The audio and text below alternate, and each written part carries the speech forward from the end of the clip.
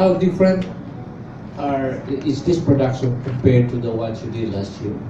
Well, it's the only thing that's different is the additional, the alternate song. The blockings are the same. I would say it's totally different depending on his attack, you know, as an artist. Kasi we follow the direction, but of course with ours is tweaking a little bit. Same director? Yeah. Same direction. But we have to work on what would work on his rollers. Kasi ayaw naman namin na copycat, you know, and coming from a younger version, you know, so he's an artist, so we will allow him as to how he would like it to be. Yeah, so we are in for 2 performances of 2 different song lilings. And based on my conversations with Calimar, his attack changes also every time he performs with Ira and every time he performs with me. So it has different flavors, right, Calimar? Yes. What happens? It should come from you, because what happens when I do it with, I mean, when I do the scene, not do it, but do the scene with you, and when Ira does the scene with you? Well, the Can you say it in Bisaya? No, just kidding. Just kidding. Sorry, Paul. With Ira, I'm faced with someone much younger with a different energy. Ira's attacks is more, let's say, mature, and it's not a critic. I really like, I enjoy performing with you, but Gusto niya matrona. it's Joke lang. but it's true that with a different song liling, the play is different because everything changes basically. Even if it's the same blockings, it's the same lines, but it's not the same person. And Ira gives everything on stage. He's a very generous actor, like Ares. So me, I'm very blessed to have those 2 guys alternate for the role of song liling. Yeah, Raymond, how do you see the role now after last year's revival? Well, it's the same. It's basically the same. What I wanted to give the audience for this one is the very same production that we did last year, because our production last year was the one that the critics or everybody hailed as the best play, best directed, best actor, and as much as possible we wanted it as precise and as accurate and as authentic as the last year's production. But of course, given the new cast members, Janine Desiderio, Ira Igarta, and the opera singer, Jasmine, I'm sure Butterfly will have a different twist. If you're gonna ask me exactly what it is, I still don't know, because everything's still floating up until opening night. You don't know until the curtains go up and the lights, you know, shine on you. You don't know ano yung feel, yung magiging chemistry ni Mayen with Ira, ni Janine with Olivier. But we're trying to stick to the 2018 production as much as possible. Kasi yun ang gusto kong makita ng mga key cities, ng Davao, Iloilo, Baguio. Yun ang gusto kong makita nila, kung ano yung nakita ng mga taga-Manila last year. Yung nude scene, hindi yun mawawala sa provinces? No, hindi po mawawala yung nude scene sa provinces. As we're trying as much as possible to 100% replicate what was done in Manila. So they will see everything. Oh, right. No, and also, that's already known to this show, and I don't want the provincial audience would say, oh, just because we're from the province, they think we're conservative or something like that. So we don't want that kind of we know they're feedback. not. Yeah, they already know about the nudity. It's given. So yeah, we're not changing anything just because we're changing. And malay mo sa province, mag-frontal si Ira. Oh, balita ko, Team Ducks. I'm just kidding. Yeah. Thank you. Yeah, Mr. Ira. When did your obsession with song liling start? How early were you obsessed with that part? Yung nasa UP pa lang po ako, second year college ako.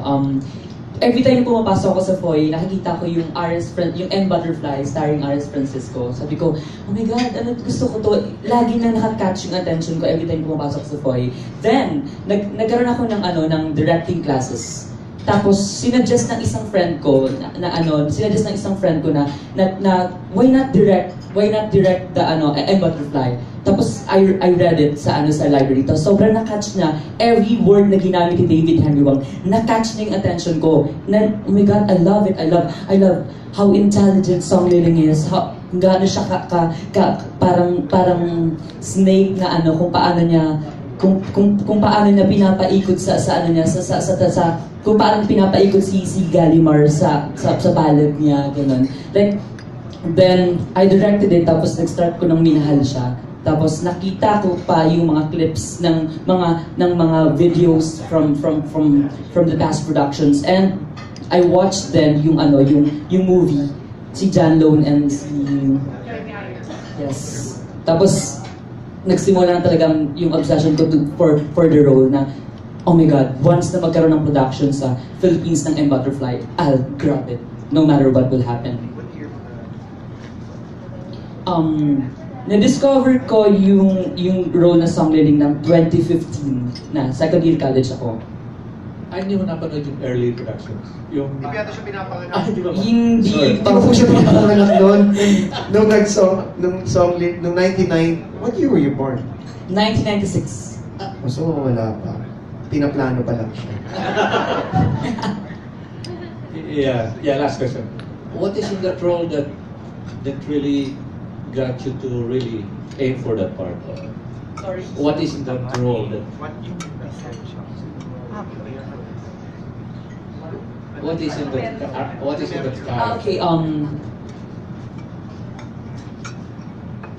ask it po sa another statement din na once we love the person, di ba? Hindi natin alam kung bakit mahal natin yung tao na yun. Same thing on that role. Same thing with Song Liling.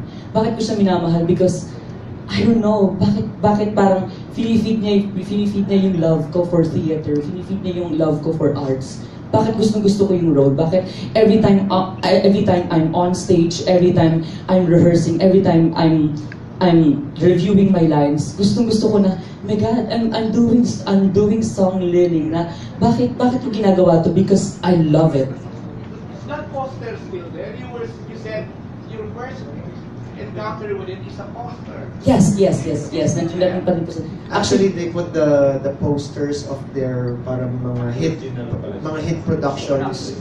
Lahat ng mga hit productions ng Dula ang UP, they put it to sa foyer. And I think M Butterfly was the one na nandun talaga. Kasi I think, if I'm not mistaken, M Butterfly is one of the top 3 best-selling hit of Dula ang UP, if not the top 1. So it's Number 1. It's the number. It's M Butterfly is the number 1 hit of the Lang UP. So the poster was there, and every time he entered the foyer, he'd see it. And as I've said, as what Ira said, there's something with Song Liling's role that hypnotizes an actor. Really. When I read it also before, when somebody sent me a book from New York, wala pang internet noon, pinadalan ako ng libro. And that was the time when wala pang Dula ang UP. Wala pang Dula ang UP production. Meron pa lang dati. I don't know kung familiar po kayo, meron hindi natuloy na production si Tony Espejo. He was supposed to do M Butterfly first in 1989. I don't know po, but I auditioned for that. And hindi po natuloy yung buong production. I don't know why. So I had the book already in order ko sa Amerika. So as I was reading, kasi ang pinabasa lang po sa akin doon sa audition kay Tony Espejo, one scene. Nabitin po ako. Hinanap. Nag-order pa ako, sumulat pa ako sa kaibigan ko sa Amerika. Pinadala pa ako ng libro, binasa ko talaga yung role ni Song Liling. And kada basa mo talaga ng linya ni Song Liling, talagang pumapaon talaga sa psyche mo na parang ang sarap. And doon ko nasabi na magpa-practice ako doon ni Song Liling. So, I guess that's the answer to that. I have a question. Yes. Hi. Yeah. I have a question for Jeff Tolentino. Okay. You won 1 Grammy. Sorry, 3 Grammys. No. 3 Tonys. 3 Tonys. Wow. And 1 Grammy. And 1 Grammy. And 1 Miss Universe. Wow. Okay. So which this makes you the pride of Filipino. And of course, the Philippines. How does it feel now that you're bringing home a play to your hometown Iloilo, your first play to Iloilo? How does it feel? Oh, that's supposed to be my producer's note in the Manila bill. So, but yeah, as I mentioned earlier, to bring one in Manila was already a big dream for me, because when the Filipino artists would message me, ask me, what can you do for the Filipino artist? And then, since I've been doing Broadway in 2013, wala pa doon no, na Filipino productions on Broadway. So here, and thanks to RS Francisco and to Front Row Entertainment, na talagang na-materialize siya. And then now it's going to provinces, then I could just easily check that off my bucket list. So really, I'm thankful to Front Row Entertainment for doing this. It's a big deal for me. It's a big deal for me. I have a question. It's answered. Yes, Mr. Boy Villasan. How come our Solito is not, I don't see no run? He was the director Sir, it's of the on. last year. Hello, hello. It's on, sir. It's on. We can hear you, sir. Can you hear me? Yes. Okay. How come Aurelio Solito is not, I don't see him? He's busy. He's working on busy for something. Berlin. He's leaving for Berlin anytime kasi he's the head of Berlin regional. Ano yun ba yun? Basta he's the head of a Berlin something. Berlinale film something. So he's busy. But Kanakan and I have been in touch because we're working on another project. He's still billed as the director in this tour. Will he be around in the national tour? No, he won't No. be. Kasi he'll be in Berlin. Yeah. Who is supervising, who is directing in Berlin? Him. And Jerome, the stage manager. Yeah. Kasi in Broadway, Yeah, pag wala ang director, as soon as the play opens, the director leaves. yeah. Oh, SM na talaga. Oo. SM na. So si Jerome, where's Jerome? Yeah, siya po yung director namin sa si Jerome. Pero sila Janine rehearse with him? With Yes, the players. yes. And I give the notes, the acting notes with them. I tweak them. Kasi I'm in talks with Kanakan, and sinasabi niya, oh, ganito yung si ano. So, yeah. So I make sure na yung direction ni Kanakan is still implemented. Hey, Ira, tsaka din sa'yo. Yes, sir. How ready are you for the comparison ng Filipino contest in the... Oh, I'm excited. I'm excited for the comparison. In fact, I told Ira, I told him talaga. Sabi ko, Ira, ma-pressure ka na. Iko-compare ka sa akin. Sabi ko, mako-compare ka talaga sa akin. Hindi sa pagyayabang, pero talaga kailangan talaga itoto mo na. Kasi iko-compare ka. Which happened noong 1990 when Dulaang UP and Repertory Philippines had the same production at the same time. It was RS Francisco for Dulaang UP. It was Shakespeare Ngo for Repertory Philippines. And Shakespeare was my good friend. And I told Shakespeare, sabay-sabay tayo mag-perform, galingan na natin. Kasi i-compare tayo, and then Shakespeare goes, no, hindi naman yata. Anong hindi? Sabi ko, syempre, the press would be interested to see kung ano yung production ng UP, production ng Rep. And at the same time, sabay pa yung Chino eh. And I would read write-ups from Philippine Star and Inquirer, and they would really compare act per act, scene per scene. Dulaang UP did this. Repertory did this. Francisco was like this. Ngo was like this. As in, ganun. So I told Ira, be prepared. Be prepared kasi talaga ano. So, ang maganda kay Ira, he listens. Sabi ko, huwag ka ma-pressure kasi you'll be hearing a lot from Jet as a producer. You'll be hearing a lot from me as a Song Liling. You'll be hearing a lot from Olivier as your scene partner. You'll be hearing a lot from Jerome. So, lahat yan i-absorb mo lang. Huwag kang ma-burn out, mag-break out. So, ayun, I think he's turning out really fine. What have you to say? What have you to say? Ako po, I wouldn't like to line up myself to Sir Ares because he's tested and proven as Song Liling. Pero as a millennial actor, Yes, that's it. Oh, binatay mo tuloy na mic. kasi ano po, Sinabotahin. kasi po, naniniwala po ako na may truth po si Sir Ares and may truth ako as millennial actor. So, paano ko gina-justify si Song Liling as a character? And paano ko pinaportray yun? So, kung i-compare man ako ng ibang tao na to Sir Ares, that's fine. That's totally fine. Ano sabihin nila, that's totally fine. What important is the truth for my character. Yes. Kung ano yung papakita ko dun on stage. And that's the truth of my Song Liling. Yes. And we're excited for that kasi talagang it's totally different. It's totally different. It's as conniving, it's as scheming, it's as matulis and as salbahe, as lovable, adorable as as I do it. Pero pag nakikita ko si Ana, talagang iba pagka nagbabato siya with Olivier. So, parang ano lang yun McDonald's, Jollibee, they both serve the same burgers, but you know, it's really two different brands. Okay, Amadis. Sir Amadis. I have two questions. Yes, sir. Yan. First, RS, what do you think about the first question is, what do you think about the Repertory Philippines production a few years after the Filipino? The second question is, do you foresee a prequel or a sequel of M. Butterfly as the playwright said anything about this to this effect? Okay. And napanood po niya yung production namin dito. Napanood ni David and Ron. To answer your first question, Sir Amadis, what can I say about the Repertory Philippines? Iba po siya.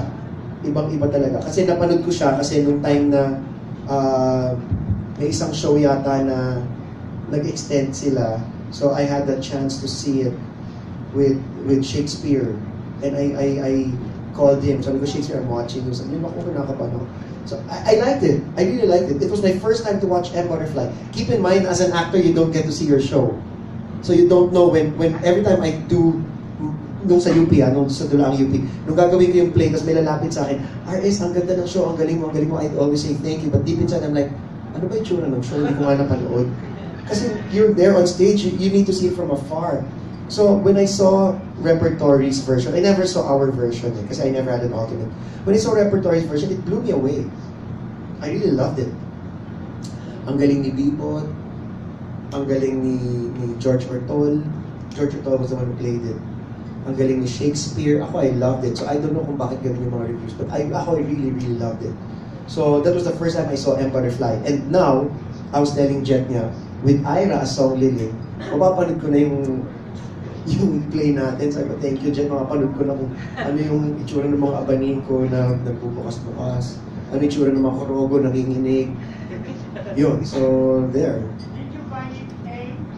Tame? What thing? This production?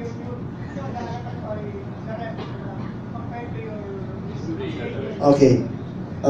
Did I find the Repertory Philippines version tame as opposed to the Lang UP? Yes. The current, oh yeah, even the Dulang, no, ceremony is like this. This version is consciously geared towards the millennials. We really wanted to tap. I told Jet, sabi ko, Jet, if there's anything, if magagawa tayo ng market study on M. Butterfly 2018 last year, ang gusto kong itap, hindi yung mga nakapanood na dati. Okay na ako doon.